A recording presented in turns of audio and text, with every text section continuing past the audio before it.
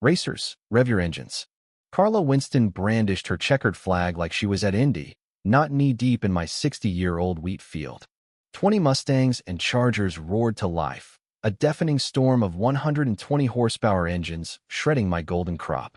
Tires spun, hurling mud, snapping wheat stalks like twigs.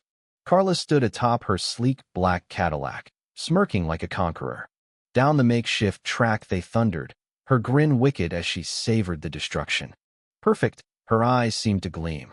Ruin it all. I, Caleb Turner, leapt from my rusted pickup, face ashen. Stop. This is my farm. Carla spun, her smile cutting like a blade. Oh, Caleb, this is perfectly legal. 48 hours later, FBI agents would swarm this land, and Carla would be weeping in a cell, pleading for my mercy. The nightmare began with a frantic call from my neighbor while I was at the town's feed store. Caleb, race cars are tearing up your farm. I thought it was a sick joke until I gunned my truck home, heart slamming, gravel flying like shrapnel.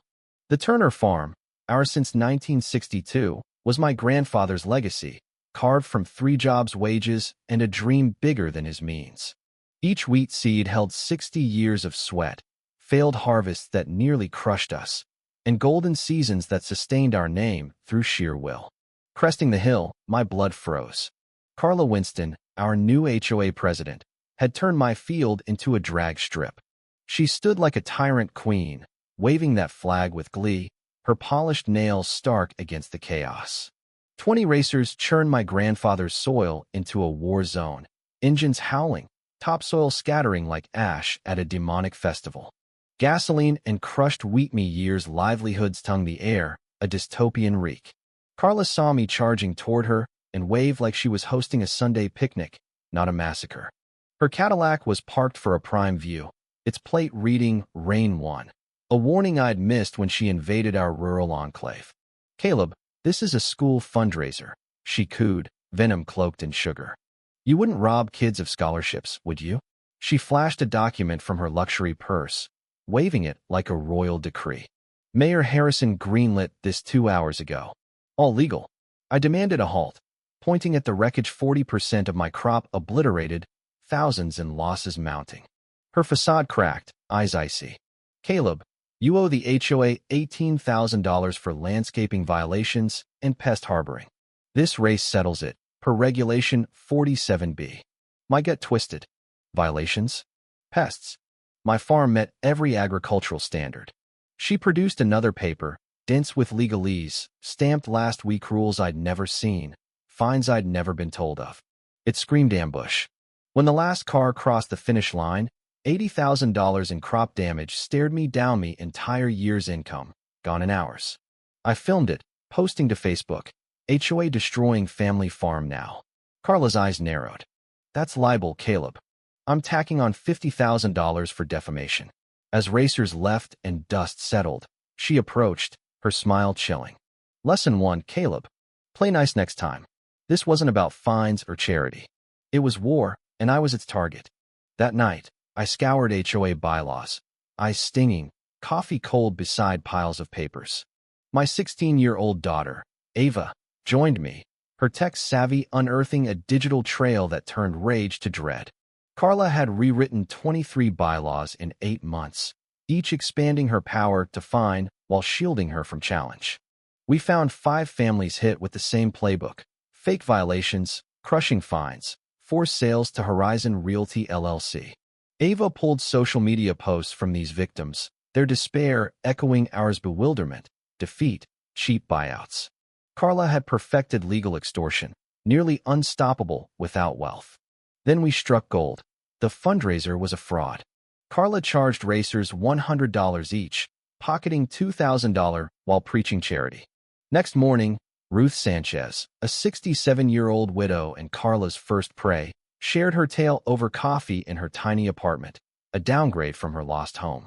Carla had praised Ruth's daisies, then fined her $25,000 for color violations under new rules. Ruth sold to Horizon for $100,000 below market, losing everything.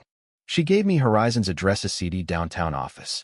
Driving by, I saw a barren room, one desk, a startled receptionist.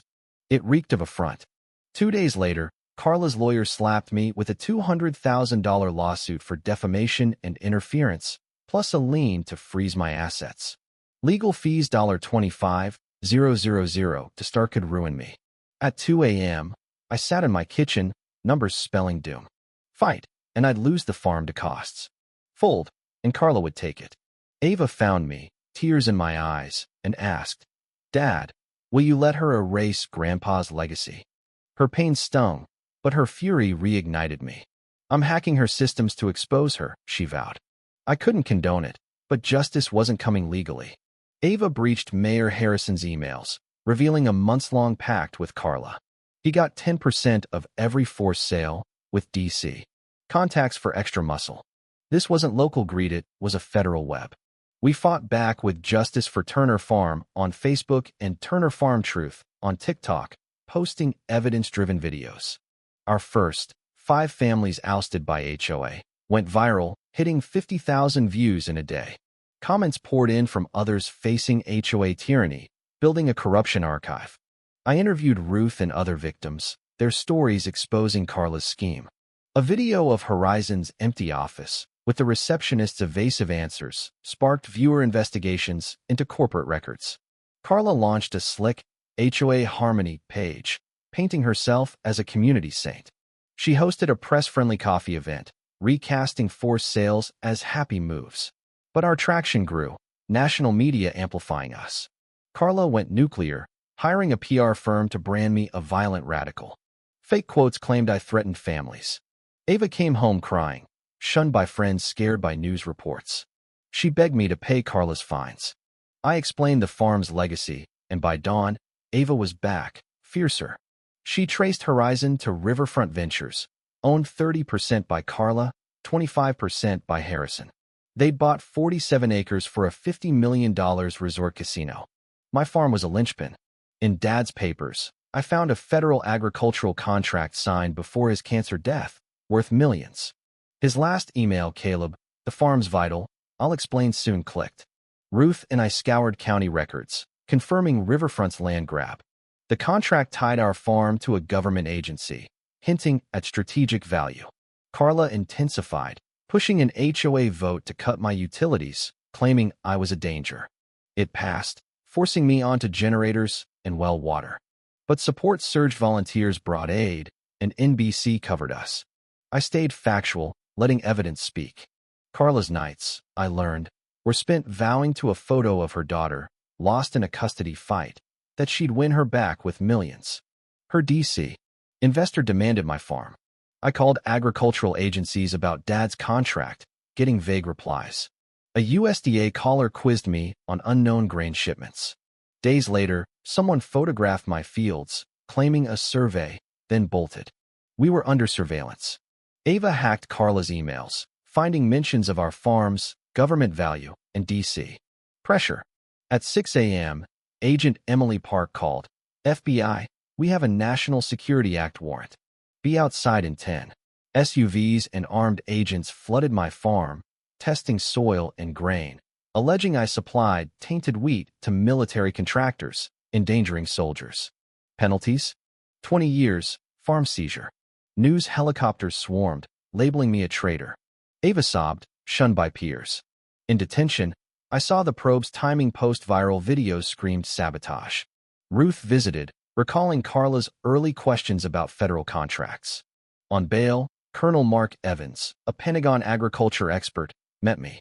He revealed our wheat, grown in unique glacial soil, had 18% protein, critical for classified combat rations. Dad's $4.1 million contract made us a strategic asset. Carla, via a defense contractor, knew this, aiming to buy our land cheap and flip it for $10 million. Her doctored FBI tip triggered a Pentagon review, exposing the plot. Evans urged silence, but I refused as my name was smeared. Ava intercepted emails showing Carla's panic, her investor pushing Plan B coercion. Carla's recorded calls revealed a nationwide scheme to seize strategic assets via local corruption. She promised her daughter millions from my farm. That night, cameras caught Carla scouting my land with a gas can. I planned a live stream, The Final Truth, exposing HOA scams, Pentagon contracts, and defense fraud. Ruth and victims joined, detailing Carla's crimes. I showed emails, fake FBI tips, and Riverfront's land grab. Over 100,000 watched, demanding justice. Harrison called in, suspending Carla, but it was futile. Residents rallied at my farm, celebrating liberation. Ruth's speech about my fight moved thousands. At 11 p.m., Carla drove onto my farm, gas can in hand, screaming, "Caleb, you ruined me. I'll burn this down." Live viewers saw her collapse as FBI agents, tipped by Evans, arrested her for arson and national security breaches. 500,000 saw her cuffed breakdown. Carla got 8 years for conspiracy, fraud, and arson. Her contractor lost $200 million in contracts, facing congressional scrutiny. Harrison resigned. Riverfront went bankrupt. My $4.1 million Pentagon deal secured our farm. I launched strategic farm tours. Ava got an MIT scholarship, and Carla's prison apology hangs at our entrance. Don't mess with farmers.